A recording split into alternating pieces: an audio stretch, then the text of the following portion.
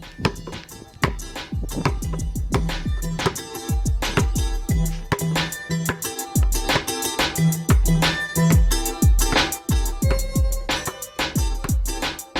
Hoop Heads Podcast is brought to you by Head Start Basketball.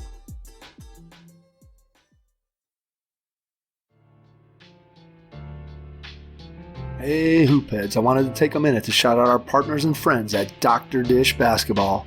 Their Dr. Dish shooting machines are undoubtedly the most advanced and user-friendly machines on the market. Sign up now for their Virtual Camp 2.0 featuring 10 days of workouts with pro trainers from the Dr. Dish family. Learn more at drdishbasketball.com and follow their incredible content at Dr. Dish B-Ball on Twitter, Instagram, Facebook, and YouTube. Mention the Hoop Heads podcast and save an extra $300 on the Dr. Dish Rebel, All-Star, and CT models. Visit drdishbasketball.com for details. That's a great deal, Hoop Heads. Get your Dr. Dish shooting machine today. Hi, this is Corey Heights from Prep Athletics, and you're listening to the Hoop Heads podcast. Prepare like the pros with the all-new Fast Draw and Fast Scout. Fast Draw has been the #1 play diagramming software for coaches for years. You'll quickly see why Fast Model Sports has the most compelling and intuitive basketball software out there. For a limited time, Fast Model is offering new subscribers 10% off Fast Draw and Fast Scout.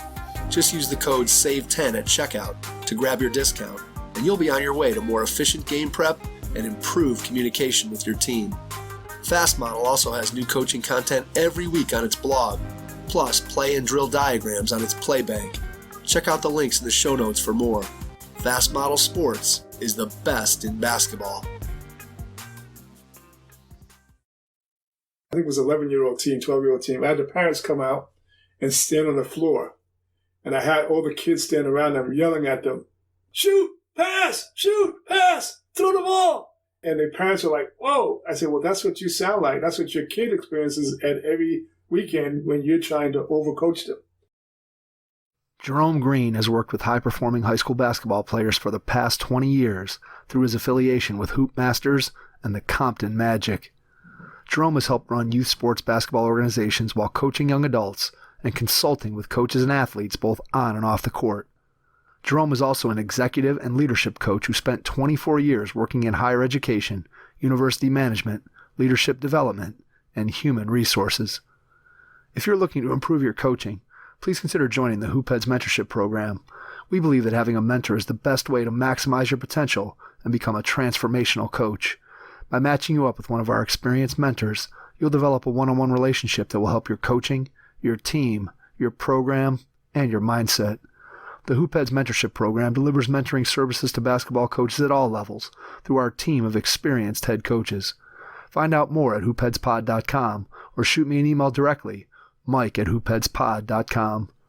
Follow us on social media at hoopheadspod on Twitter and Instagram, and be sure to check out the Hoop Heads Podcast Network for more great basketball content. Please be ready to take some notes as you listen to this episode of the Hoop Heads Podcast with Jerome Green from the Compton Magic. Hello and welcome to the Hoop Heads Podcast. It's Mike Linsing here tonight with my co-host Jason Sunkel, and we are pleased to welcome to the podcast executive coach and leader of high-performance athletes, Jerome Green. Jerome, welcome to the Hoop Heads Podcast. It's a pleasure to have you on. Oh, it's a pleasure to be on. Glad to be here. We are excited to be able to dig into all of the very, very interesting things that you've been able to do in your career. You've had an opportunity to work with a lot of great basketball players at the grassroots level. You've had extensive experience in leadership, which is something that here on the podcast we love to talk about, especially when it comes to coaching in the game of basketball. So let's start by going back in time to when you were a kid. Tell us a little bit about your upbringing and how you got involved in athletics as a young boy. That's great. I like to tell people I'm a product of Red Fern Projects, which is a housing project in New York City, in Queens, New York City. My family moved there back in the late 50s, and it was sort of a retreat from the situation that families, immigrant families, Black, Latino, Puerto Rican, Irish, Jewish, where we were in tenements that were sort of rat infested. So when the Housing Authority built these low-income projects, there was this entire melting pot culturally of people from various ethnic backgrounds that moved into these projects. So Redfern Projects was a place where I really got a worldview right out my front door, because I had people that were in those projects that were Irish, Italian, Jewish, Puerto Rican, Black, and it was a very vibrant community. It was a very much, they say a community raises a kid. Well, definitely Redfern Projects at that time helped raise me. And my involvement in sports started from just playing stickball. Learning to play stickball, doing relay races around the projects, playing tackle football on the grass with no equipment, no helmets, playing basketball, doing everything. We're highly active. In the winter, we'd have snowball fights. We'd build forts. And so that became my process of really of movement, that how important movement was to the human body and to your mental state. And as I grew older, I started identifying what was I good at, because doing back in that time,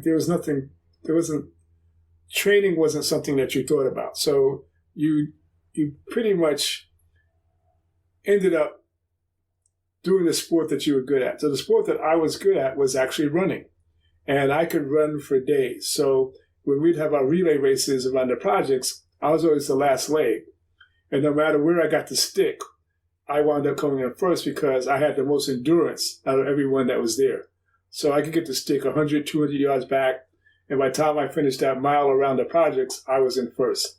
And so I had a friend named Mel Utley who actually passed away last year. He was an all-city player, went to St. John's, was an All-American, great guy. And we sort of grew up together. We weren't really close, but we were close around sports.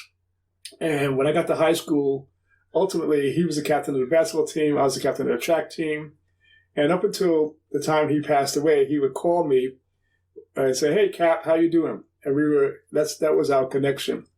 And so from there, if I go back a little bit, all of our sports, they were done by dads. There were dads that were in the projects that were coaches in baseball, in basketball, in football.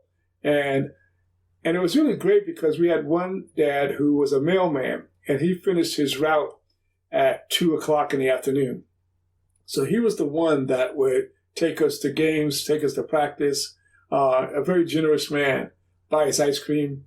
He had 6 kids of his own. It was kind of crazy, So we'd all pile into the station wagon. That's when seatbelts weren't part of it. So there'd be a whole team plus some of his kids in the station wagon going to games.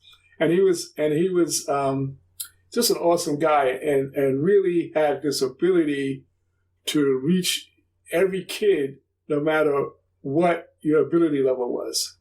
And then I was very fortunate when I got to high school to have a really awesome coach named Mr. Miller, and he passed away last year. And I remember my first race, he put me on an anchor leg of the 220 at that time. And when I got the baton, I had about a 10, 12-yard lead, and it ended up losing by 20 yards. And I remember being on the bus going home that day, feeling the worst I ever could feel.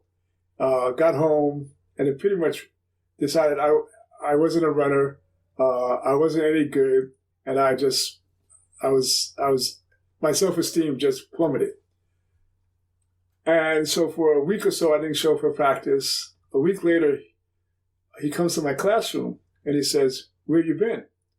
And I go, "Oh, I'm no good. I'm not going to do track." He goes, "No, you are." And so he says, "We have a meet today. You're going to the track meet." I go, "Coach, I'm no good." He goes, "You're going to the track meet." And he entered me in a 1-mile race. And I was 14 years old. And I ended up coming in third out of 15 runners. And that's how I became a miler. But I always cherished the fact that as an adult, he rescued me from this whole distress about not feeling good about myself. And ultimately, I became one of the top runners in my district, not a great runner, but good enough. And I ultimately wound up going to college and running. And again, I was never a great runner, but I was always good enough to be on a team and place in races. But the funny thing was, every team that I was on, I became the captain. And so one time I asked my college coach, said, why am I the captain? There's 2 or 3 runners that are better than me. And they said that you have the best ability of bringing different people together. You communicate well. You have compassion for everyone.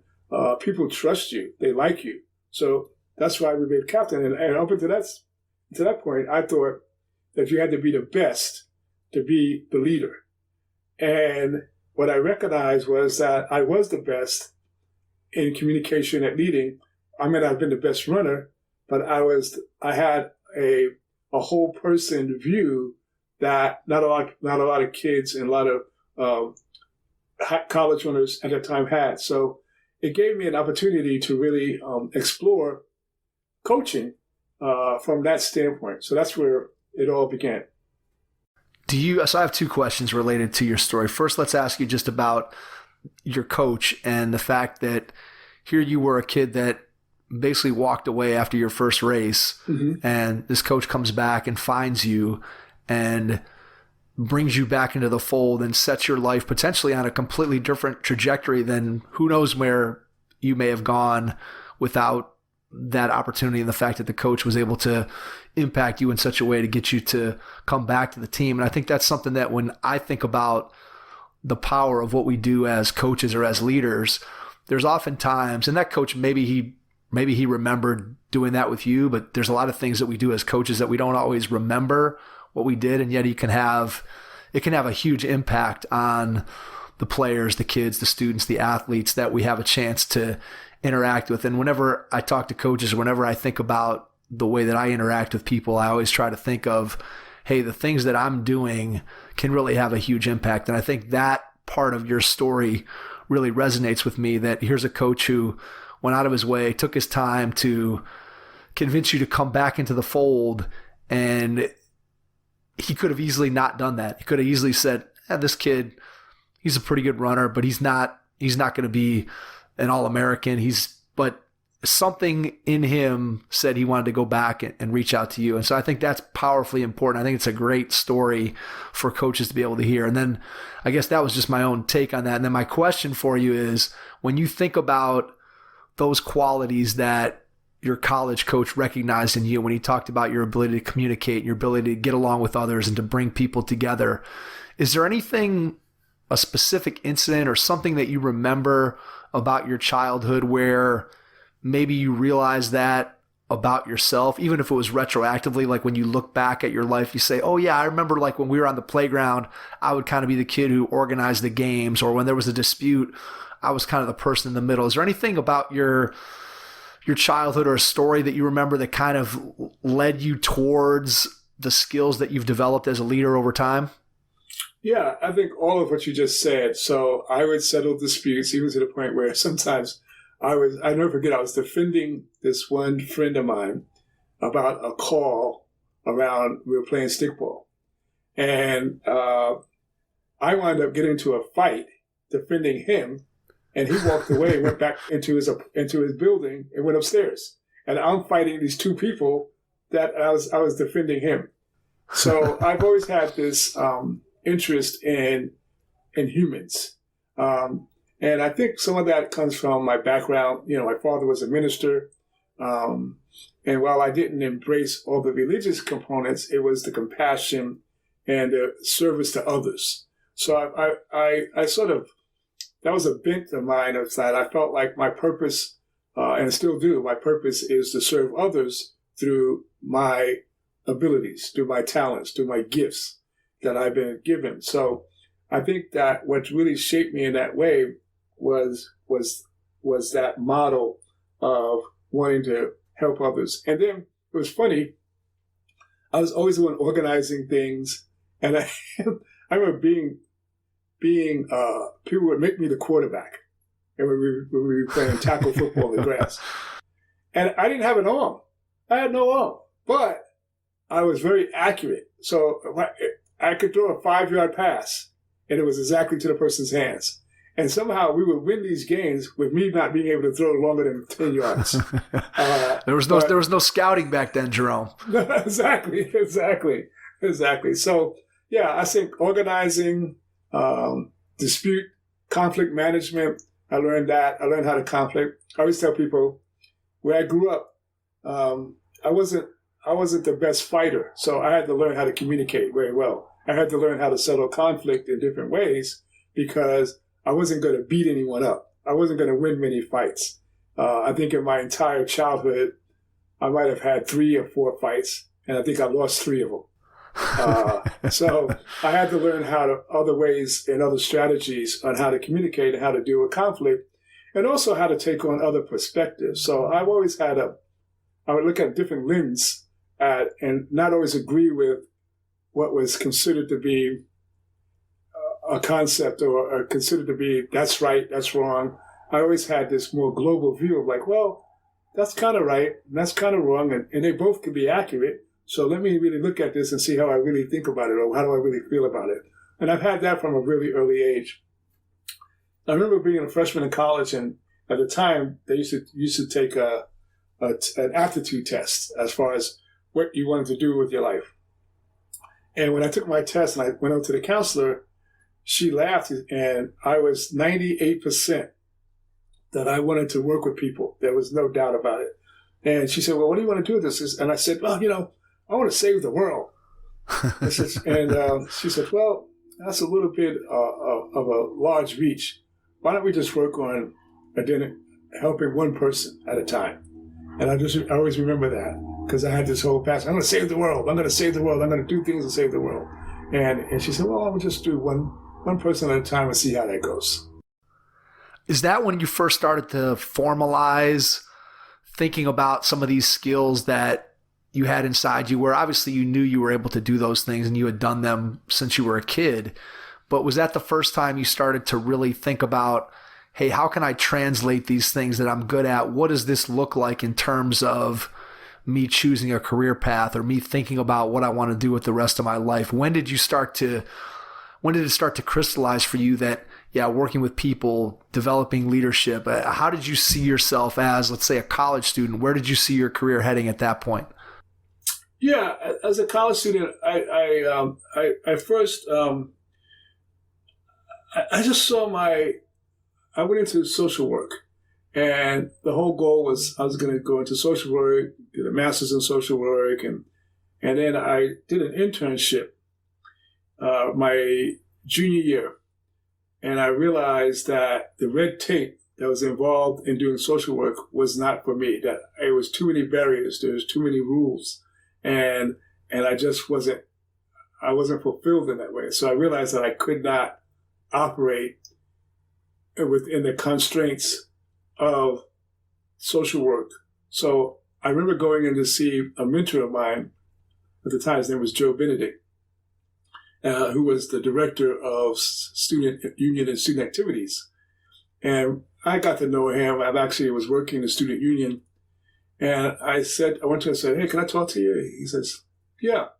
I said, I'm really in trouble here because I'm a year away from graduating, but I realized I don't want to be a social worker. And I said, I don't know what to do, but I want to help people, but not through social work. And he said, well, you could do what I do. And I said to him, well, what do you do? And he looked at me like I do what I'm doing now. I work with kids. I do student development, leadership programs, training programs. I go, oh, that's a job? He looked at me again and he goes, yeah, that's what I do. I'm not working here for free. They actually pay me to do this. So that got me into the whole path of student development and doing that. So when I left college, my first job was at Oberlin College. And that's my wife's alma mater. Wow. Yeah. Dascom Hall. I was the house director at Dascom Hall. There you go. I also became a volunteer basketball coach because basketball was always my passion. But like I said early on, back where I grew up, you leaned towards what you did well.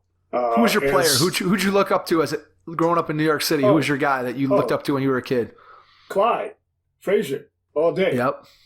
All day. Clyde Frazier, all day. And he was one of my heroes. And actually, the player I tried to emulate when I played, believe it or not, was Bill Bradley. Okay. So you like to move. You like to move and cut without the ball and make passes. There you go. I got you. Exactly. See, that takes advantage of your endurance, right? Exactly. So as all the club ball that I played, and even in the adult ball that I played, I was able to use my endurance as a distance runner to defend. So I was a really good defender. And I knew all the tricks because I watched Clyde Frazier growing up, and Clyde's defense, he knew how to grab your shorts. He knew how to do certain things that the refs wouldn't see. So I emulated a lot of that when I defended someone. I remember defending this player named Callahan, who was a Division III All-American, and in the men's league, he was scoring 44 points a game. And I held him to 16 points. And he came to the locker room afterwards, and he said, "That's the best defense anyone's ever played on me. And I'm also bleeding." So hey, you got to know. Hey, if you're not the quickest, fastest guy, you better figure out other ways to do that. I can relate to everything you just said. Did you ever untie anyone's shoes at the free throw line? No.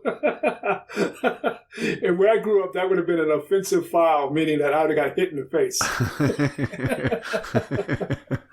Yeah, nobody was getting away with that on the playground. Let's put it that way. Yeah. So that was your start into basketball and into coaching in sort of a formal way. So talk a little bit about what that first coaching experience was like for you at Oberlin. It was great because the head coach's name was Coach Penn, and he was really a tough guy from Ohio. I think 5'2", he might have been 5'3", but he had this program where we got a lot of inner city kids from Cleveland, Chicago, who had good grades and could play basketball.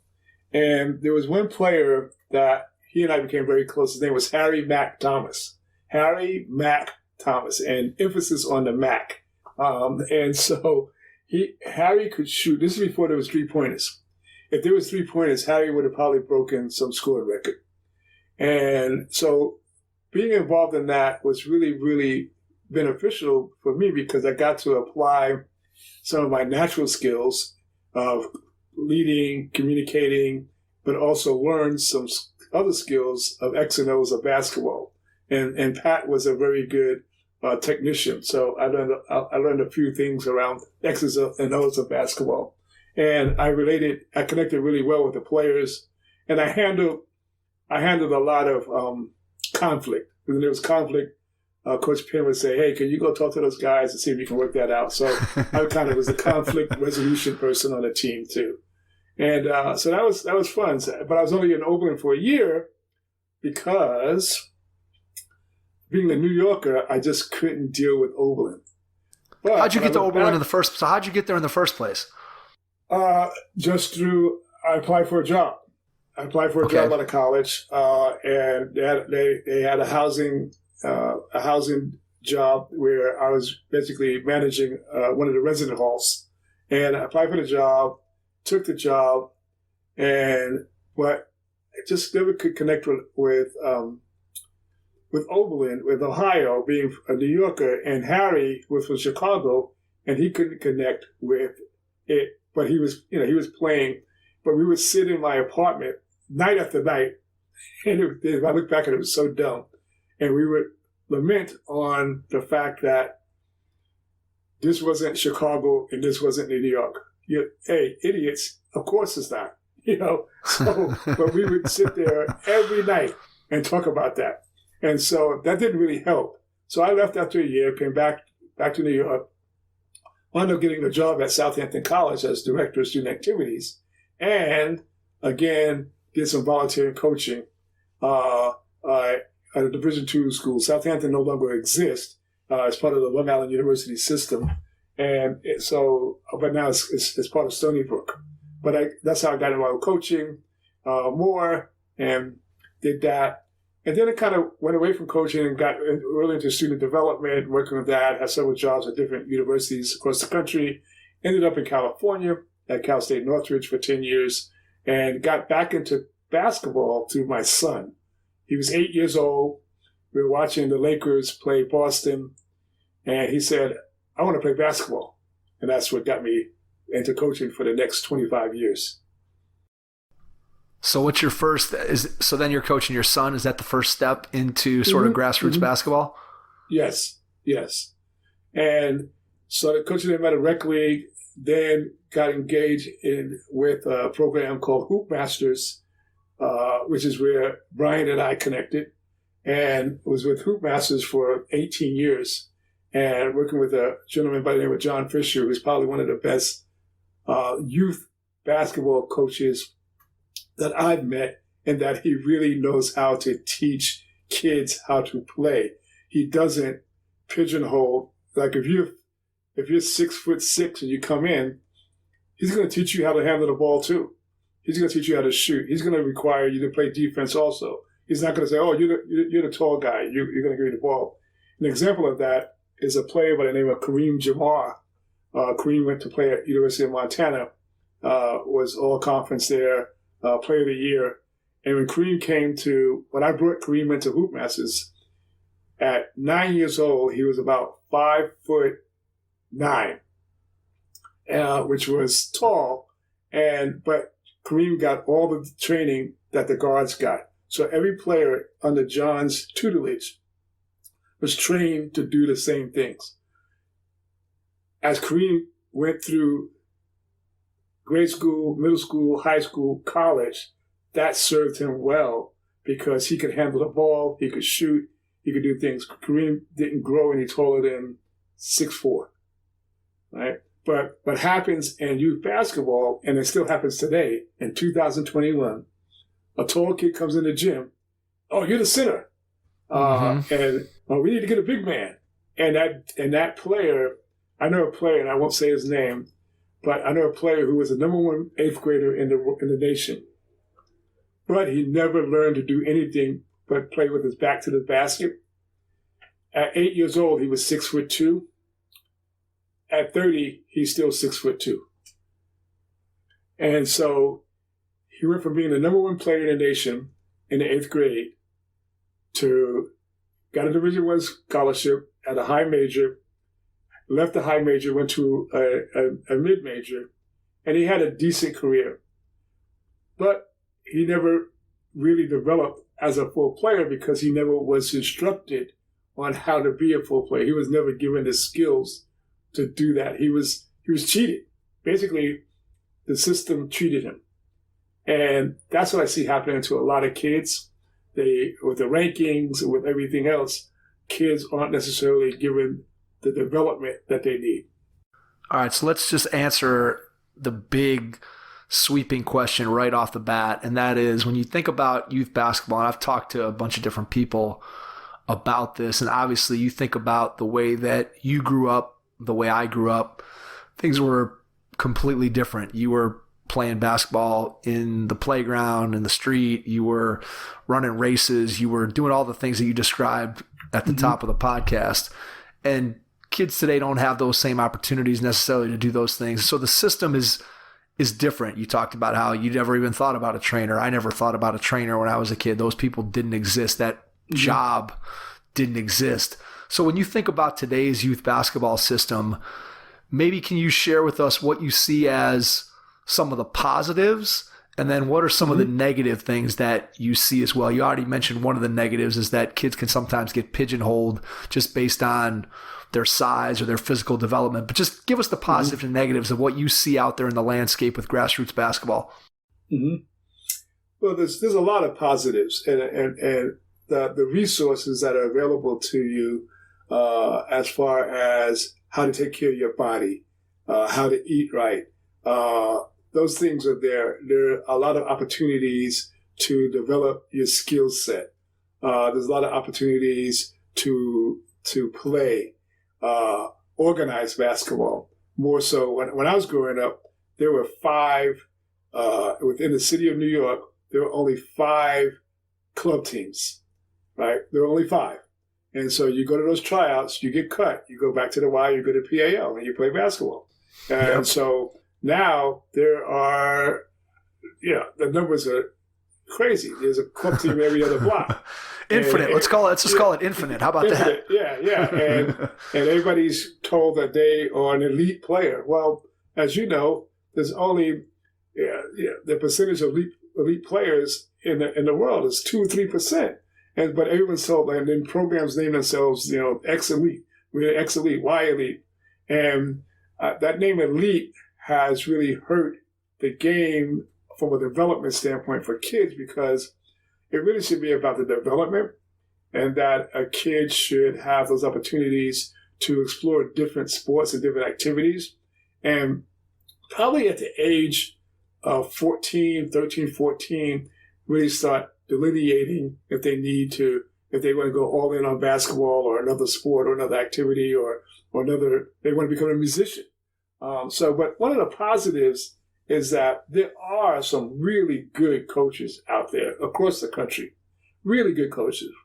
There's several in Los Angeles, Reggie Morris, John Fisher, Coach Azam. I could go a list of names of people that really have their heart in it and really understand the game, really know how to teach the game. And so that's a positive. There's more skilled coaches and trainers that are out there.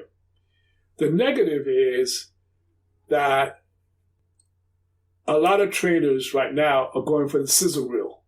Like you see them on Instagram. It's like, oh yeah, the crossover, between the legs, behind the back. And I was coaching a high school game, and we were on a run out on a fast break. And the player catches the ball. No one's in front of him. No one's at the basket. He's got clear sailing to the rim. He gets inside the 3-point line, does a step back 3. Now there's no one in front of him. There's no one within 3 bodies to him. Does a step back 3. Of course he misses. And so I call timeout. I go, why'd you do that? Oh, I'm working on that. I go, okay, have a seat. We'll talk later. And, as like in his mind, that's what he was working on as trainer. So what happens sometimes for kids is that what they're learning from their trainer, the trainer is not showing them how to apply that in a game. They're training in a silo. So they're not training for the game or how to play, or from an IQ standpoint, they're becoming more proficient maybe offensively, but they're not learning how the entire game. So for a high school player who was pretty good to do that in a game on a run out was a real indicator to me that there's a silo effect in the training world. And that's not all trainers. And I think there's some very good trainers and I think training is great. I mean, I look back now, I would have known some of the things I know now about the human body and how it works and the different stretches and how to maximize your athletic abilities. And so there's all those things. The other positive / negative is parent involvement. I think it's great that parents are involved with their kids' development. And I also think it's horrible. It's bad too, because my parents were working, so they never came to anything I did. I just went, did it, told them about what happened. They said, great. Now we have parents that are really involved with their kids, and I think they need to be involved with their kids. But I would really recommend to parents that make that involvement beyond the court, the field, the track, the pool. Make that involvement a whole person involvement. So not just around their athletic track, but also about their lives. Really get involved in their lives. As a matter of fact, take a step back, maybe a little bit more from the athletic piece. Let them ask you for input. I think all the really good players, I don't recall any of them having overbearing parents. So I look at Magic's parents. They were working.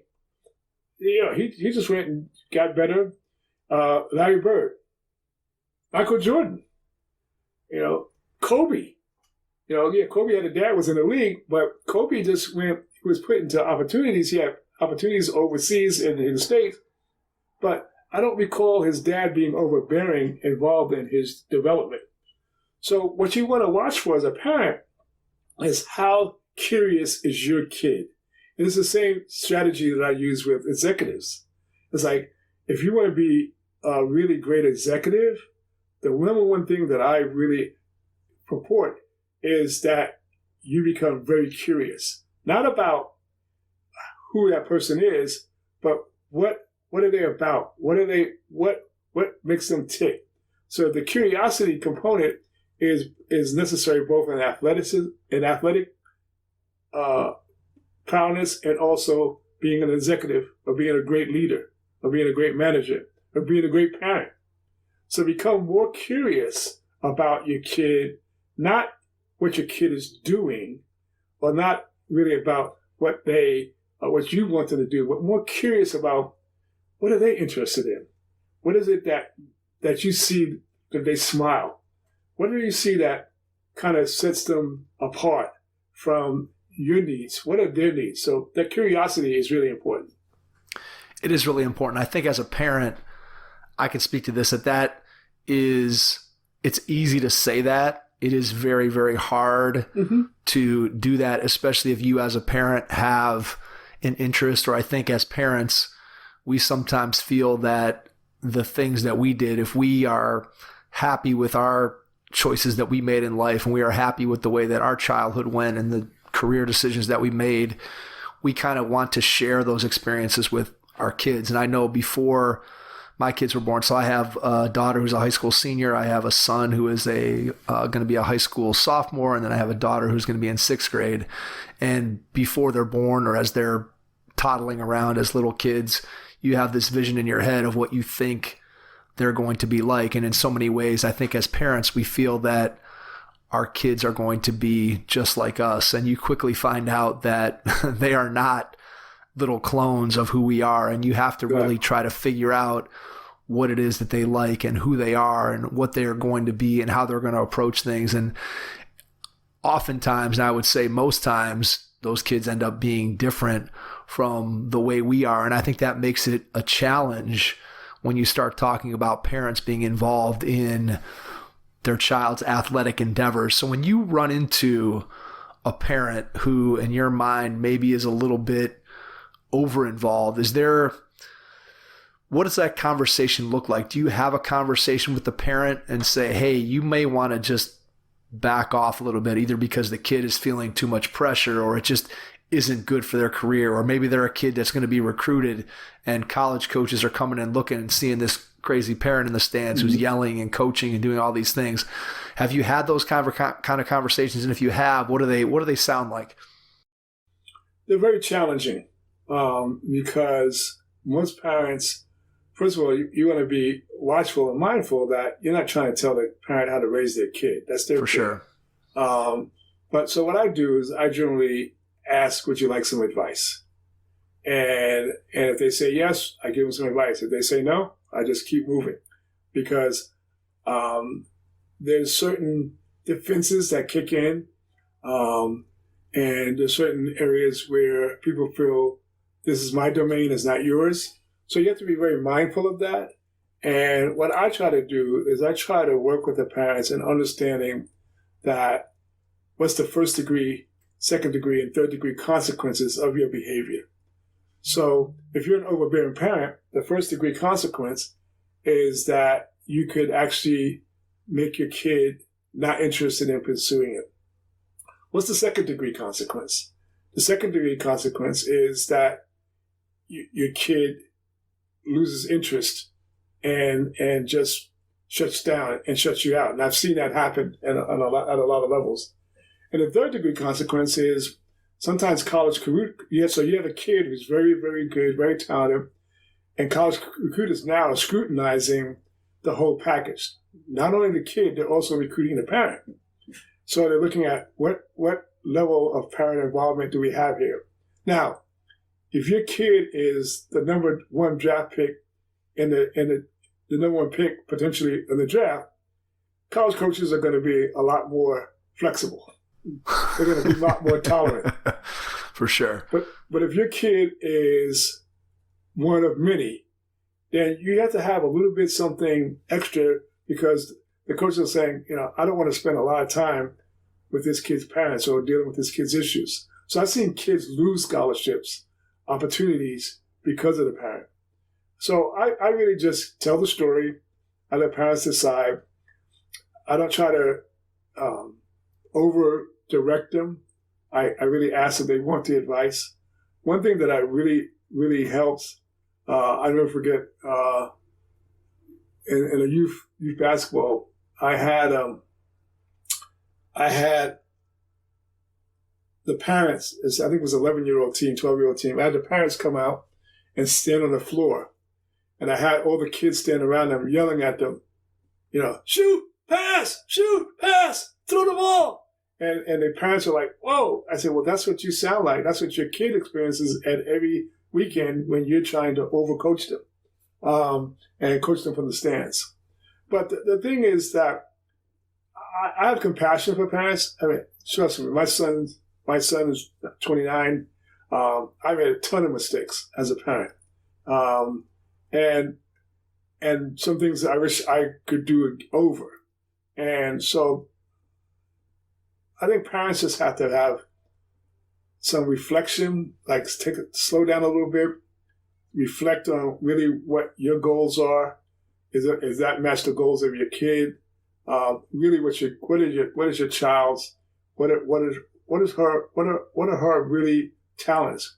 Is she really passionate about this? Is this something that is she a basketball player, or does she play basketball? And those are some things that you have to really decide. So compassion, generosity of spirit, and being willing to accept that none of us are perfect, that we're going to make mistakes. That parents make, you make mistakes as a parent, and that's okay. I would watch my son's games, and I would try to be as quiet, and I would actually try to sit away from most parents because I just wanted to observe the game. I wanted to see how he was doing. Did I have a lot of emotions? Oh, absolutely. I just tried to be silent with it. And so as parents, one of the things you hear from parents a lot is, come on, play harder, shoot, pass. No, you actually very rarely hear pass. But shoot, you don't hear that too often. Shoot, I think you hear shoot quite a bit. Take it. You take them. Right. And some of that is, again, that's personal between that parent and that child. So what I did was I had an activity where I had all the players go in the stands. I think the team was 11-year-old, 12-year-olds, and I had all the parents go on the floor. And I gave them a ball. And I just said, do whatever you want to do with the ball. And then I had the kids mimic all that behavior. Pass the ball. Shoot it. Come on. And the parents were like, you could see, they were like, wow, that's what we sound like? Yeah. Now, some people didn't matter. They kept the same behavior up. But for others, they actually changed their behavior. They actually took a different stance. And then there are two players that played for me with John Fisher, Miles and Parker Cartwright. And their dad, Ramon, was probably had the loudest voice. And there's no way you're going to tell Ramon what to do. So what happened is you just tolerated Ramon. And Ramon would say whatever you want to say. And you could see Ramon, anyone who's listening, look at the movie At All Cost.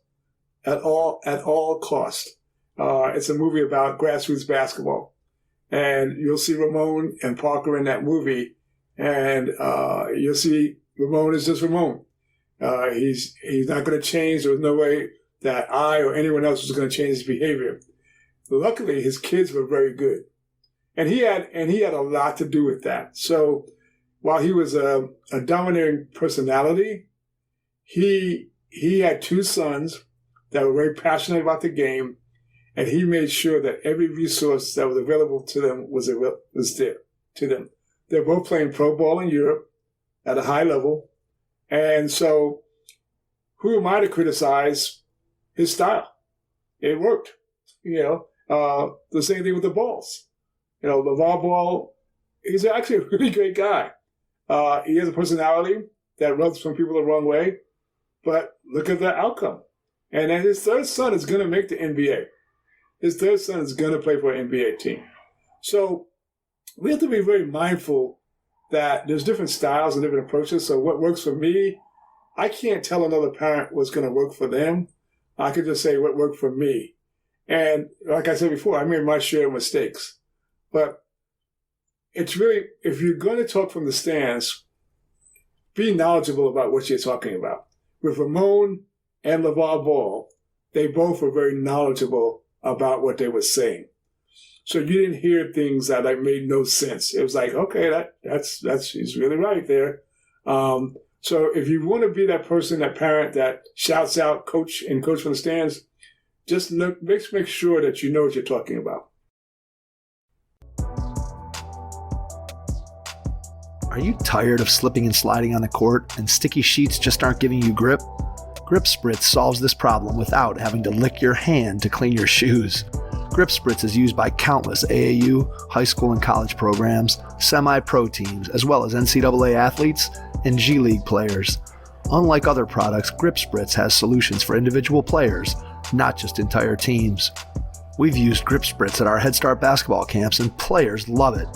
To keep you and your team from slipping and sliding, visit gripspritz.net to learn more.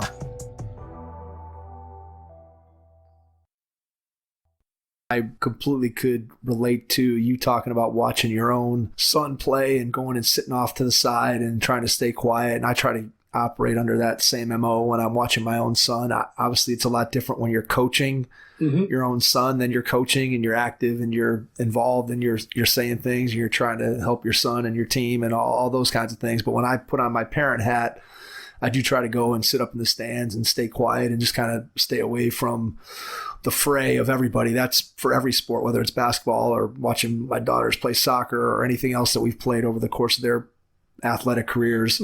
I just kind of try to stay to myself. And yet I know that that's my style. It's what works for me. It's what I feel is best. And as you said, there are people that have differing opinions about how to do it. I think the research would probably tell you that if you're yelling shoot at your kid or trying to give them directions, that probably doesn't help them to play better.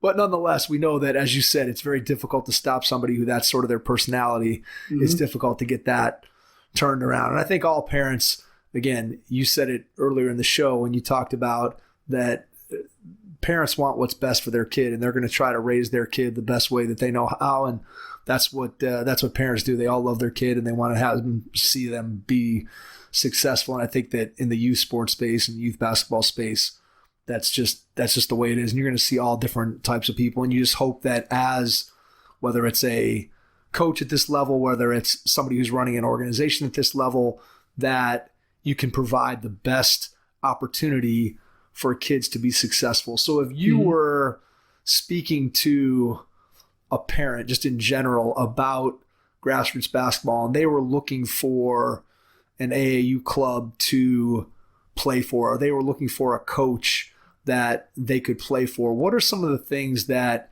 you think make up a good AAU organization and make a good AAU coach that parents could look for as they're trying to make a decision about where to send their kid to play? Yeah, it really depends on what age you're talking about. So I'll break it down in the following: youth, middle school, high school. So at the youth level, the only thing that you should be looking for is, can they help your kid develop basketball skills? How do they communicate? Do all kids get the same amount of attention? Are they more concerned about their win-loss record than they are developing your kid? Do all kids get a chance to play, to participate in the game, to practice? Because practice is one thing, but game participation goes a long way in developing. Are the players held accountable? Are the coaches, the trainers, are they held accountable? Is there genuine interest in your child developing as a player, no matter if he's going to be a superstar or she's going to just play middle school basketball, maybe some high school basketball, and go off and do the rest of their life? So that's at the youth level. At the middle school level, at that point, I really want to know what are you optimizing for? Is your child wanting to play at high school? Great. What are their capabilities? Are they motivated? What are the constraints that they have? What insights do you have? So if you have the insight, well, she has no left hand. Okay, so is she motivated to work on that? So right now I'm looking for specific skill development. And then when I get to high school, I really want to know, at what point can she be a contributing high school player at the high school level on a high school team or his high school team? What are they good at? Do they have an elite skill? Then if you look at the club situation, what you want to do, if you have a child who's projected to be a number one or to be a high profile player, then you want to put him in a situation with people that know how to put them in the best position to be seen. But you never want to, I get a lot of parents who want to be on, say, Compton Magic. I've done a lot of work with Compton Magic. So they want their kid to be on Compton Magic, but they're not at that level. And so I have parents sometimes that want their child to just be on the team. But then, that's what they say. But then, we've been there. I've been there many times. And then when they're on the team and all of a sudden they're not playing, they go, well, why is he playing? And why is she playing? Well, because she's not at the level of this player who's going number 3 in the draft, who went number 3 in the draft. So it really depends on what you're optimizing for. So if I was to kind of go back, at the youth, grade school level, you're optimizing for player development, just skill development, understanding of the game, a little bit of basketball IQ, having a tremendous amount of fun. Tremendous amount of fun. Fun has to be part of that equation. And you want to actually introduce some other activities to your child. So have them do another sport, have them do an activity, have them play an instrument. Don't get locked into that you have to basically be all in on one sport. And then at the middle school level, now is when the time gets us determining, do I have a multi-sport athlete? Is she a golfer and a basketball player, or is she a soccer player? Well, what is he really showcasing what he's at? And then again, the high school, it's really about how do you optimize for your child's best talents. And when you look at club ball, what kind of club do they need to play for? If they're still developing, play for a club that they're going to get opportunities, they're going to get reps, they're going to practice. Don't worry about wins and losses. Wins and losses mean nothing. What means when you want to win, and I have an acronym for win, which is work it new, you want to win the process of your child developing. That's the win. Now, if you have a high major talent, then yeah, you want to go to a program like Compton Magic, or why not, or any Nike programs or Under Armour programs, and you want to see how you fare in that against that competition. But you have to really understand what that competition is about. That competition is no longer about developing your child. That competition is about putting your child in front of the coaches that is going to offer them a scholarship. And now it's about putting your child in front of the NBA programs that may take them into the G League before they even go to college.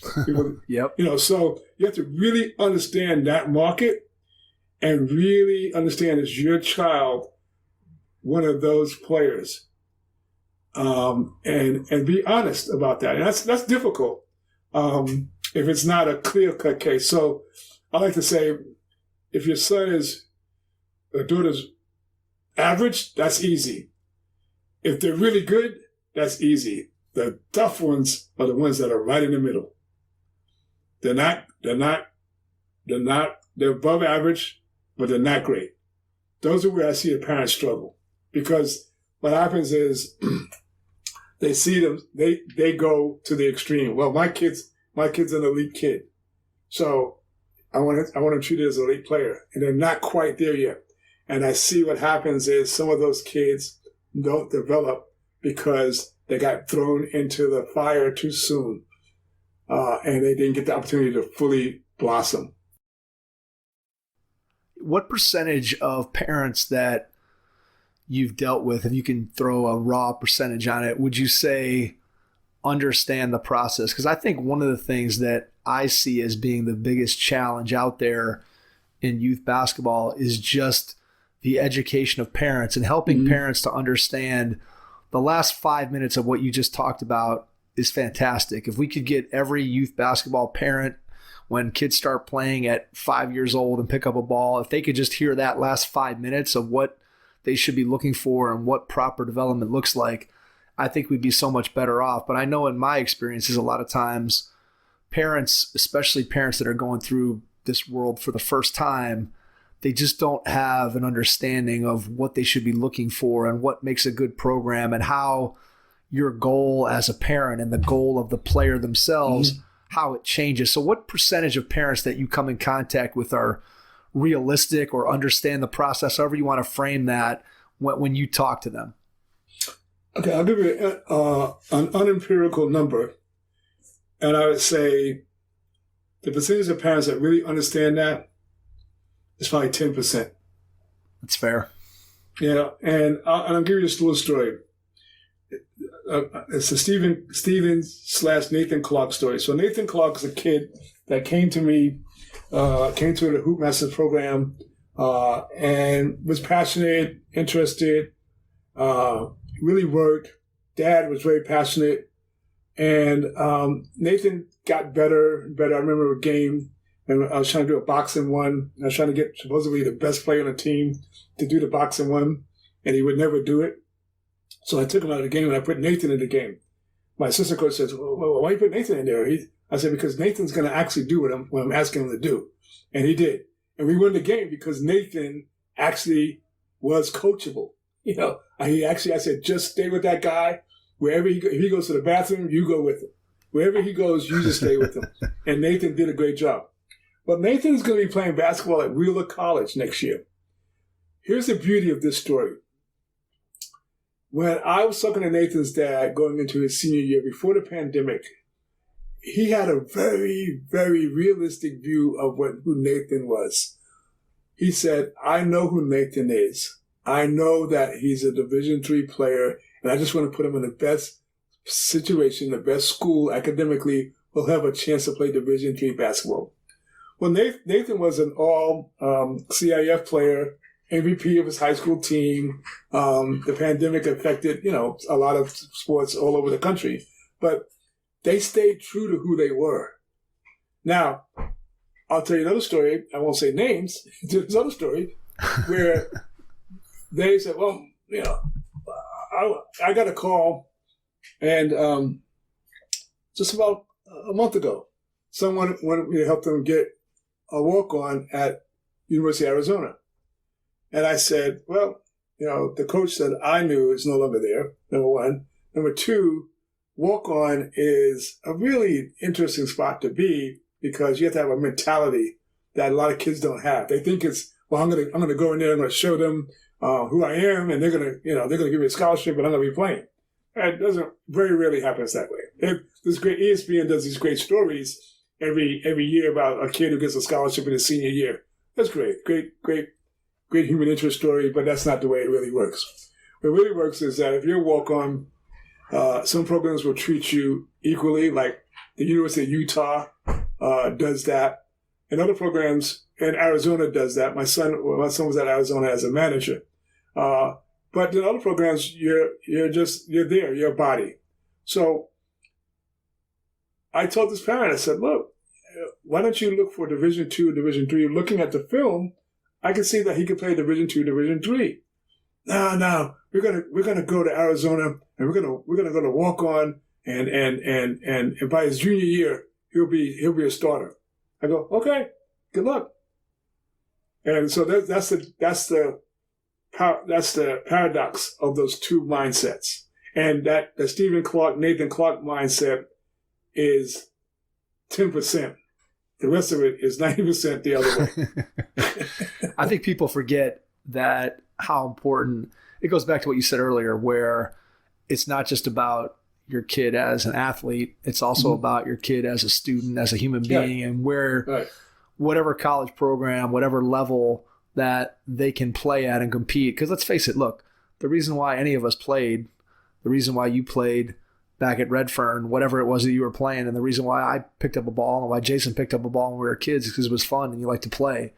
And so if you're going to try to go to a Division I school as a walk-on and you're not that level of player, even if, let's put it this way, if you're walking on at Arizona, you're probably walking on with 80 or 100 other kids in all likelihood, and your chances of even sticking around through that is minimal. But if you do that, you're not going to play. And so the reason why we all picked up a ball is to be able to play. And I think sometimes parents and kids lose sight of it. I think social media has a lot to do with that, where absolutely. You have to look at every day, kids are scrolling through their phones, seeing blessed to receive an offer from here, thankful for my offer from here. And when that's constantly in your face and you're a kid and you're seeing that over and over and over again, it starts to wear on you. Think, why can't that be me? Instead of looking at where's the right place for me so I can have a great experience and I can graduate and prepare myself for the rest of my life. And that's hard to have that perspective as a 16, 17, 18-year-old. And that's where us as adults and parents, it's important. If we could get more people into that 10% and less into that 90%, we'd have a lot better situation for our kids as people and as students and as athletes for sure. Yeah, for sure. I mean, it's really about what I love what you said about the fun part. So Michael Jordan, I'll never forget listening to his story he told about how he feels the thing that has to be developed in youth players and youth basketball is teaching the player learning how to love the game.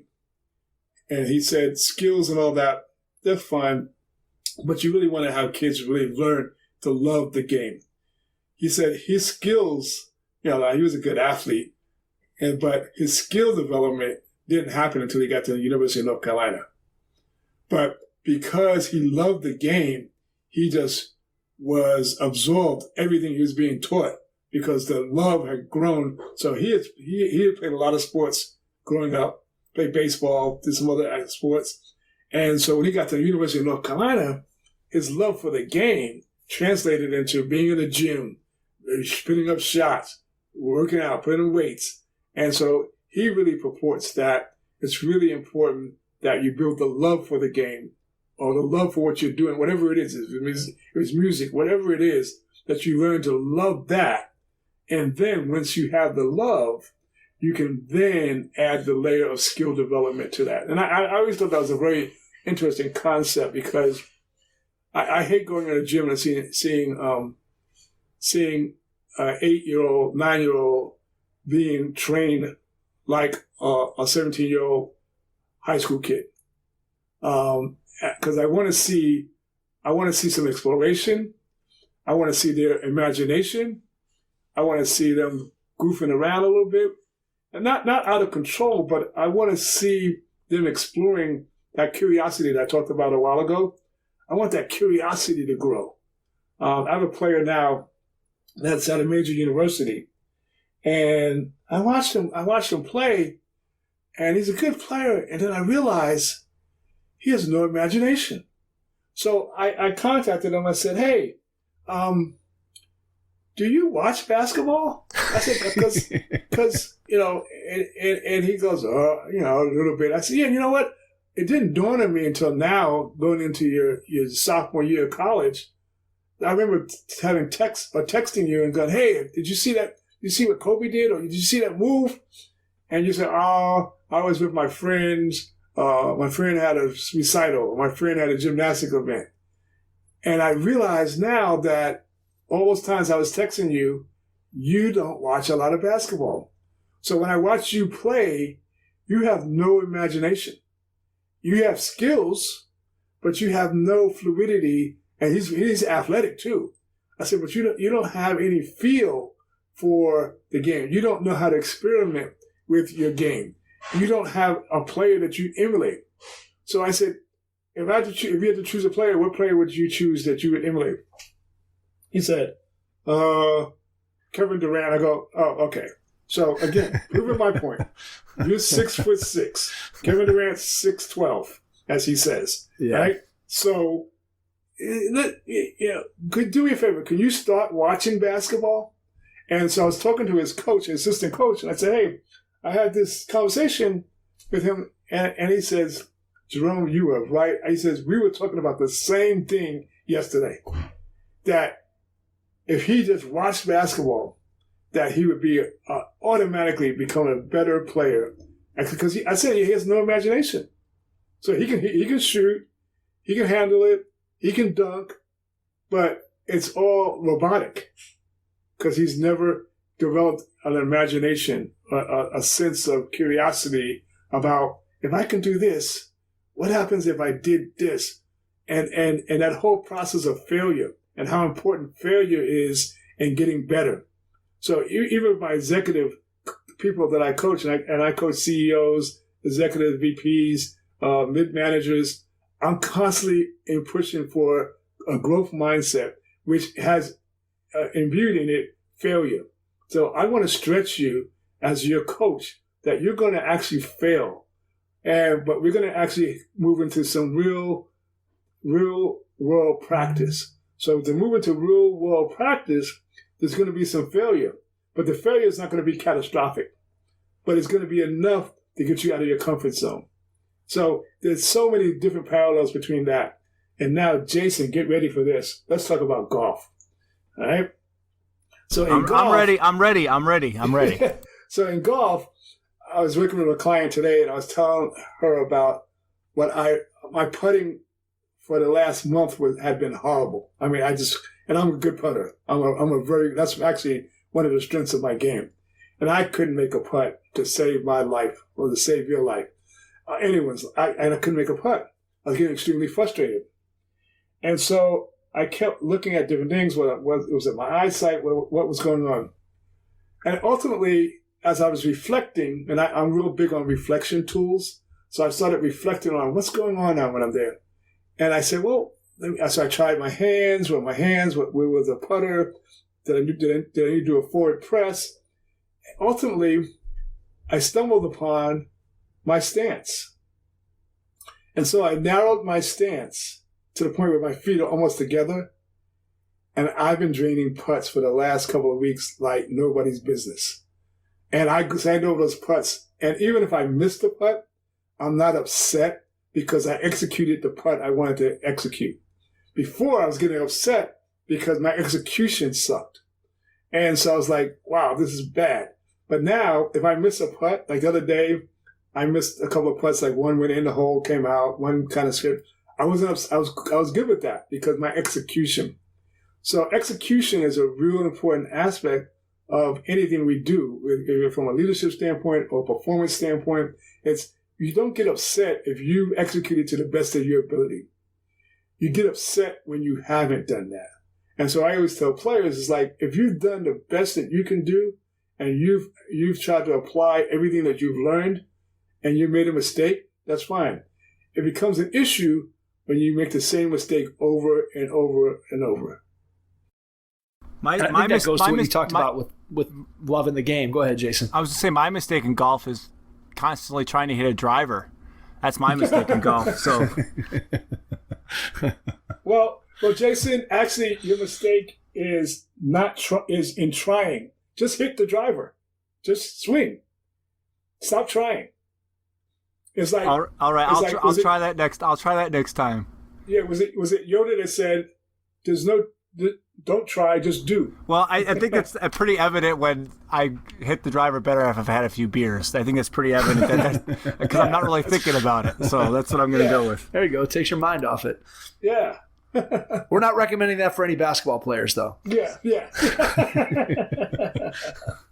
But Jason hit upon something that's really, really important. That word try is such a disabling word because it has within it some aspects of, from a neuroscience place, it has some sort of doubt built into it. I'm going to try to do this. Just think about it. When somebody invites you somewhere and you tell them, I'm going to try to make it, what does that really mean? I may not show up.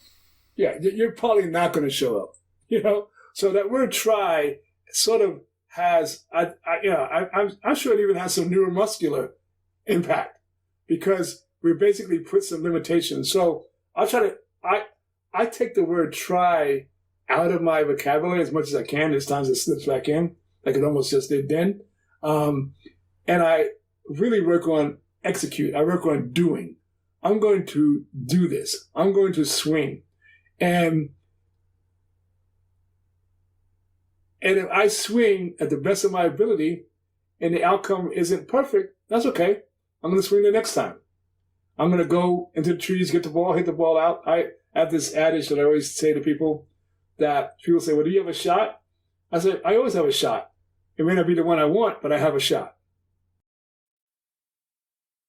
So much of it is mentality. I mean, I think that goes to anything. That goes to basketball. It certainly goes to golf. It goes to business. It goes to life. It goes to being a student. I think if you can approach things with the right mentality, and we see, and I'm sure you see it all the time, people that just have an approach from a mental standpoint that has them halfway defeated before they even start because they just have not developed the right mindset to be able to put them in position to be able to perform at their best. And I think it does go back to, you told that Michael Jordan story about developing a love for the game. And I think it, as you said, it extends beyond just a metaphor for basketball, but it can be a metaphor for anything where you think about yourself, or I think about my kids and the things that they spend time on, the things that they tried for a little bit and then they didn't love it. And so they put it aside. Instruments. My kids all tried an instrument. They practiced it, but none of them found a love for an instrument.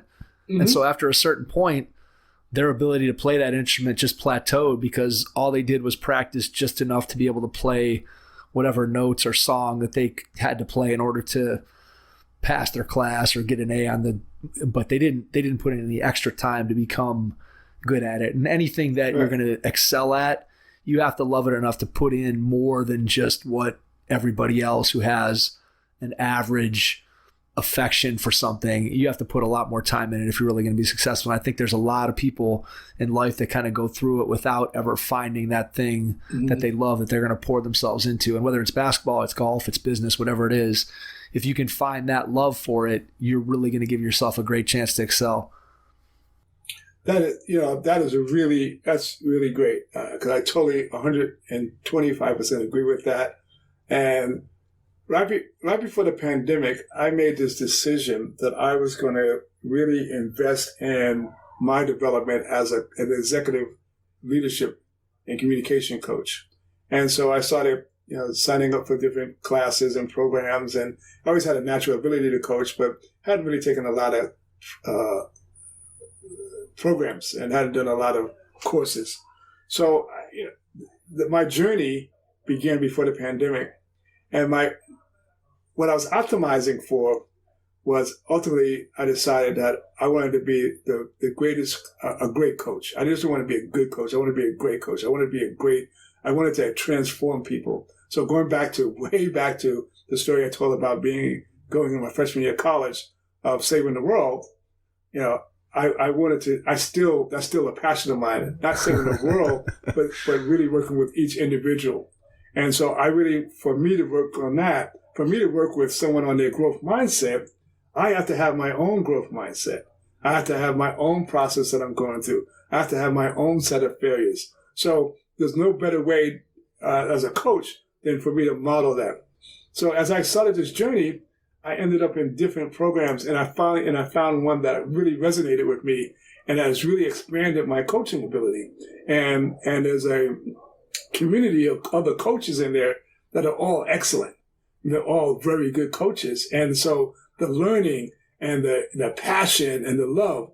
So going back to Michael Jordan, I love assisting people. I love helping people transform. That's my passion. So now I'm adding to my toolbox. I'm adding to that, and I'm growing and it's expanding, and it's passionate. I find myself watching, we do something called game film. within the coaching. And so what happens twice a month, we have these coaching demonstrations, and we do game film. We watch film. And this last week, we watched a film, and this really good coach was a disaster. It was so humbling, but his vulnerability of putting himself out there and then doing the review, and it really awakened something in me. And I'm like, you know what? I have to become more vulnerable. And so I have to put myself out there and stretch myself where I'm getting feedback that may not be like, oh, Jerome, you're great. It may be like, Jerome, you need to work on this. So it's really the other piece of that, tying it back into athletics, is being able to see around corners. But the only way you're going to see around a corner is that you're going to have to be willing to listen to feedback. And so you may not see where you're going, but somebody else might have been there, or they might see something that you don't see. So being receptive to get that information. That's so true. I mean, I think that so many of us, we grow up in, I don't know if athletics maybe mitigates this to some degree, because if you've been in athletics, you obviously have gotten coached and you've gotten constructive criticism. You've probably gotten some unconstructive criticism over the course of your life as well. But I think generally speaking, a lot of people are afraid of a performance review. They're afraid of watching themselves on tape. They don't want to hear those negative things because they feel that it's a little bit of a personal attack, or it lowers their self-esteem, or it doesn't make them feel as good about what they do on a daily basis. Whereas I think the best of the best, when you think about from a basketball perspective, and I'm sure it's equal in the business world, that the very best players are the ones who are breaking down and looking for the most minuscule mistakes that they can correct. They're trying to work those margins because they know that those margins are where, when you're, let's just take it at the highest level. If you're an NBA player, the difference between a top 10 player in the NBA and a bottom 10 player in the NBA, that difference is pretty small when it really comes down to it. It's just a matter of that attention to detail and that little extra time and all those things. And so it's just, I think that if you can figure out a way to self-analyze and continue to, as you said, have a growth mindset, I think that puts everybody who does that in a much better position to succeed. I just don't think there's any doubt about that. Yeah, no, it's that, principles that I think really help in any area of your life is curiosity, experimentation, practice,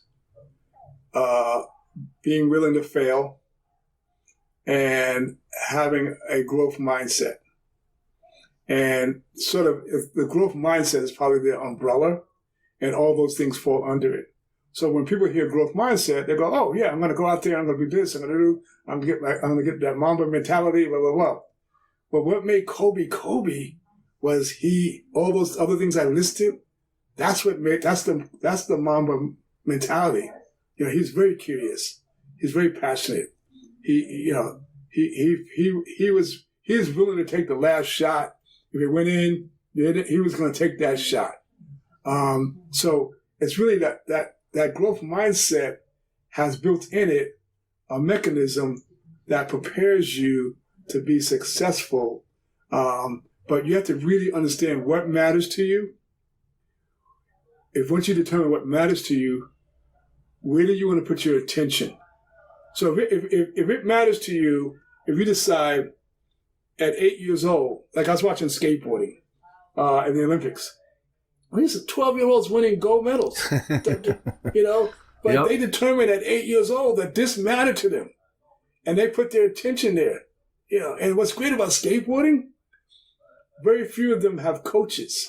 They basically watch each other, and they just emulate, and they come up, and it's the craziest thing. I mean, the courage of these kids, the bravery that these kids have at 12 and 13, 14 years old, the boys and the girls. I mean, I think it's so fascinating. And I think part of that is what I saw expressed was this freedom that sometimes organized sports takes away some of that initiative. And so at skateboarding, it's like going out and playing like I did at Red Friend Projects. I didn't have anybody telling me how to play, what to play. I just explored it and experimented. Now, would it have been helpful if I had more instruction? Yeah. But did it kill me that I didn't? No. And that's why I look at the skateboarders. I see that. They watch each other and they learn from each other and they appreciate each other.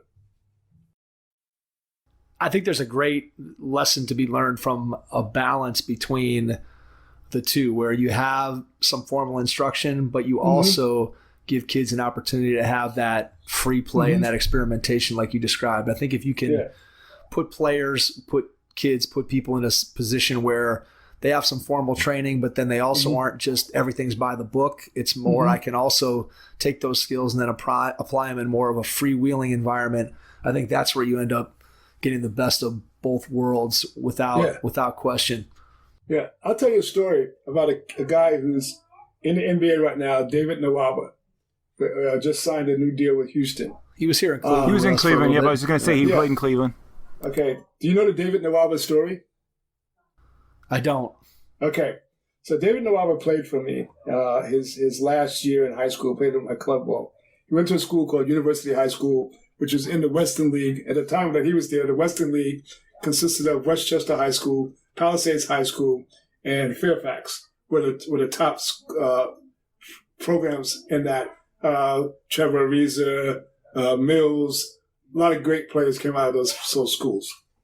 University was a good school, but they were okay. So when David came and played for me, when I put him to Compton Magic, it was like, he's okay, but what does he do? And I said, he just does a lot of everything, but he knows how to go find the ball.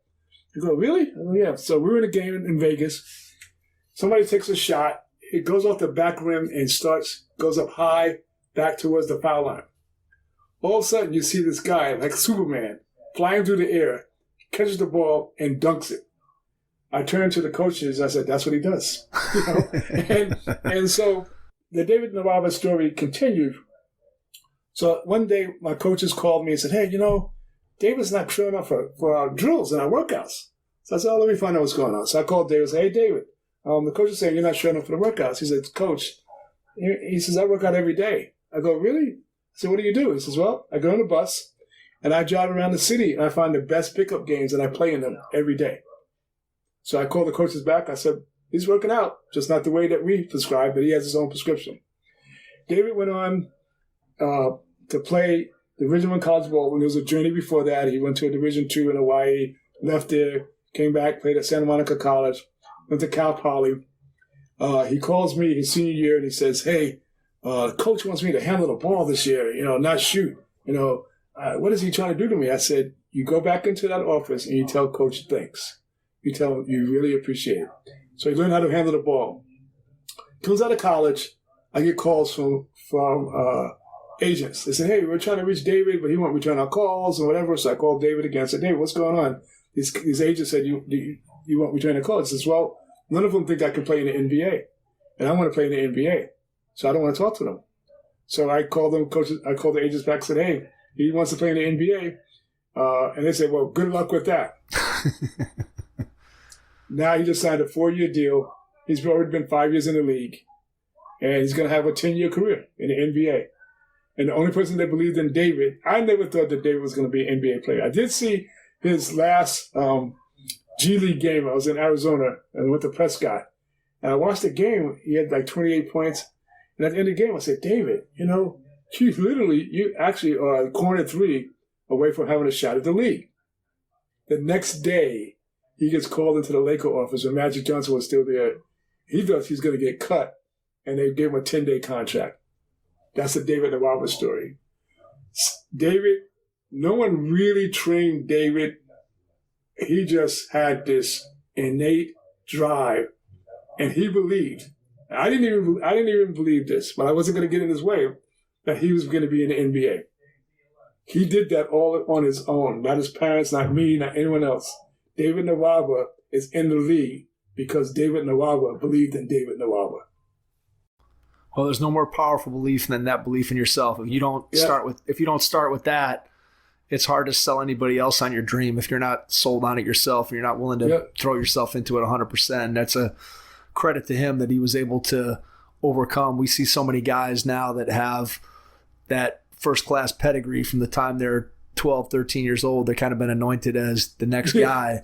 And here's a kid who obviously didn't have that and still was able to achieve a dream that so many kids out there have of eventually playing in the NBA. So we have to ask you, because we're here in Cleveland and Evan Mobley is now here in Cleveland with us. Yeah. What can you Great tell us? guy. Why should we feel good that Evan Mobley is here as a Cleveland Cavalier? Hey, he had 6 assists today, Mike. Yeah, he did. Six, He had a nice game. It looked like today. I didn't see any. He didn't shoot. He didn't shoot the ball well, but did pretty well. I thought we're definitely excited. So just back up our excitement here.